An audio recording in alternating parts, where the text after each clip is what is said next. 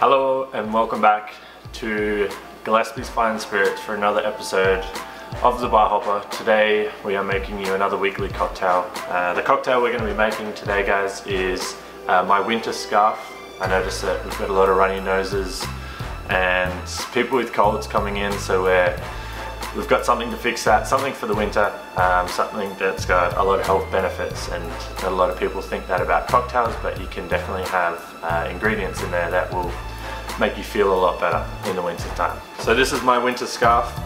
The base ingredient, or the liquor within this cocktail, is the Gillespies Aphro. It's an aphrodisiac liqueur. It's 4 types of chili infusions, a white cacao infusion, and then a vanilla bean infusion. And what John does is he'll blend it all together and then get that unique Aphro flavour. As a product, it is very unique.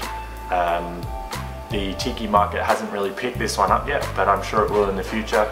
It's a great substitute for rum in rum-based cocktails, whiskey and whiskey-based cocktails, without having the dark liquor flavours that come with rum and whiskey, and you still get a lot of the spice that you want from things, say like a rye or something like that, or a spiced rum. So the Aphro is the base component. We've also got, I did change the recipe overnight. It didn't have Grand Marnier in it. It's an orange liqueur. We added a little bit in there to thicken it up a little bit, make it a bit more like a liqueur on the tongue sort of flavour when you're drinking the cocktail. We've also got honey syrup, homemade honey syrup with Happy Time Bee Farm honey. We've got super healthy shrub. It's a 1 part fruit puree mixed with 1 part apple cider vinegar. And the Booze Witch ginger and lemongrass shrub is perfect for if you've got a cold. A little bit of warm water every morning is a perfect immune kick that you'll need for the winter time, and for that reason I'm putting it into this cocktail, and hopefully it works for like a winter scarf. We've also got some other wintry drink ingredients, so we've got some fresh lemon juice, and our final ingredient going into the cocktail is some Aztec chocolate bitters by Fee Brothers. This just adds a nice little wintry chocolatey touch to the cocktail as well. This cocktail can also be served warm or cold, so we've got the kettle available. You can have it in a tall glass in warm water, or you can have it straight up warm as well in a rocks glass, and we'll just heat that up on the stove. So let's get right into the cocktail. This one's going to be shaken. If I was going to make it warm, I obviously wouldn't bother shaking it, being that the idea behind shaking is that you're diluting and then chilling as well. So all we do is add a little bit of water, about 20% they say for shaking a cocktail is what your desired amount of dilution is. So we're going to just add water when heating it up, and then we'll put that on the stove. Sweet, so we're going to start with the least expensive and funnest ingredient first. We've got some organic lemons, specifically for this one's the lemons that we use for lemon zest for our limoncello here at Gillespies Fine Spirits. It's all health, this cocktail. Awesome. Fresh lemon juice. Now we're going to go with our honey syrup. We've got about a ½ ounce of that in. We're going to add in just a touch of our Booze Witch shrub. It's about, you can put a lot in there. This one isn't as potent as most of the other shrubs that we do have available. For instance, the chili and lime one, you only need the slightest amount. But because this is quite bearable, you can put a fair bit in. When making the ginger and lemongrass shrub, my nose was as clear as it's ever been. The fresh ginger, when juicing, it just opened right up. Super health benefits with apple cider vinegar. Explore what there is available. Awesome. Up next, we're just going to put 3 dashes of our chocolate bitters. And now for the booze, we're just going to put a simple ½ ounce of the Grand Marnier. As I said, it gives it that thickness that you want in a cocktail. And now for the final ingredient, our Aphro chili chocolate elixir. We're going to do 1.5 ounces of that. That's the base to our cocktail, guys. Now we're just going to give it a shake.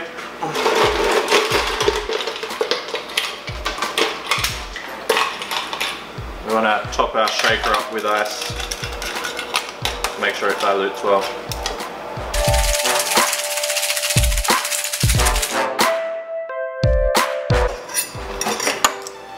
Just chilled down our coupe. You never want to put a cold drink in a warm glass, that's for sure. Double strain. We want to take all the juice particulates out of it to finish off a simple dehydrated lemon as the garnish. And there you go, my winter scarf for the people that are afraid of drinking while they've got a cold. This one's definitely going to clear out your sinuses and make you a lot more healthier for the winter months. If you haven't heard already, some good news that we're excited about here at Gillespies is we just won Squamish's Best Cocktail Award in the Squamish Chief. If you're interested in coming down and trying the cocktails, come in and meet me. I'm here Wednesday through to Saturday from 1 p.m. until 11, and I can whip you up some of my favourite cocktails for sure. This is Chris, the bar hopper out. Thanks for watching, and come in and enjoy my winter scarf. Cheers.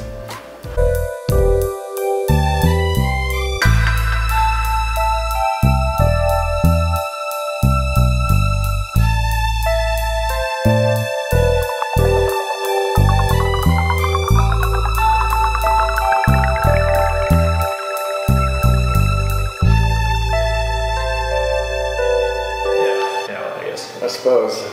Cool, let's get started. Yeah, good morning. How's it going, guys? The bar hopper here. We are at Lavish Liquids with Chris Chewy. Yes. I got it right. Awesome. And we are talking booze and distilling, and then bartending as well. Chris runs a private bartending, It's a bar service company. Yeah. Private bar service. I came in here for his advice on how it's going with everything. My advice? My advice? I don't know. Your insight, I guess. Okay. Cool. So first question I wanted to ask was, what's your vision on the bar staff and the bartenders in our generation of bartending and like working into the future as well? Well, it's funny you mentioned Bar Star with the Golden Owl Award coming up.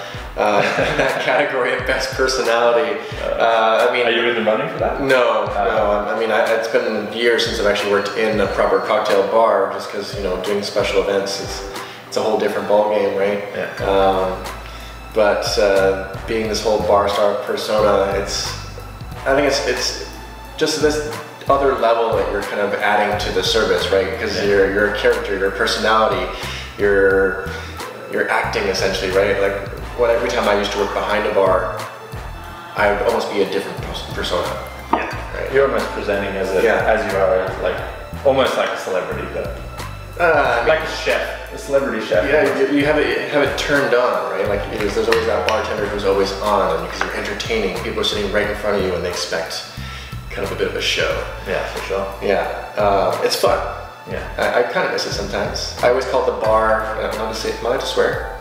Okay, I always call the bar like the douchebag line.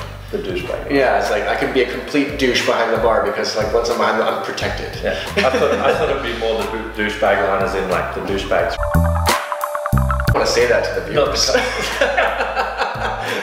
I think it depends on how much they've had to drink, but depending on the hour of the night. Yeah, but I always felt like I was a bit safer behind the bar because I could be a little more cheeky. Yeah, I can say things and get away with it. Yeah, definitely towards girls. Yeah, not in a cocky, creepy way, but I don't know how you bartend, but I like to be cheeky. Yeah, I'm known for of course. I'm known for my cheeky. Exactly.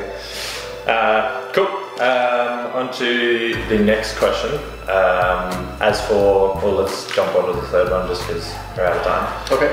But as for distillers and the craft distilling market and the craft spirit, and obviously now that we've talked about non-alcoholics, the non-alcoholic craft movement, what would you like to see, or what haven't you seen yet that would be interesting in your work life? In my work life, I mean, everyone's doing such a great job already with trying to come up with new and interesting flavor profiles.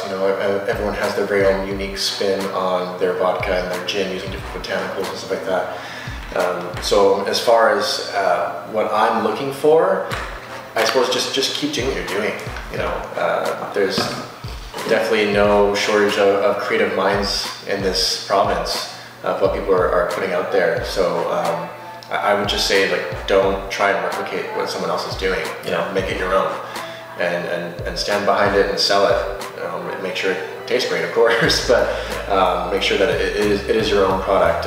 Because I mean, there's no point coming out with your own Campari that tastes just like Campari. Yeah. Right. Well, the thing,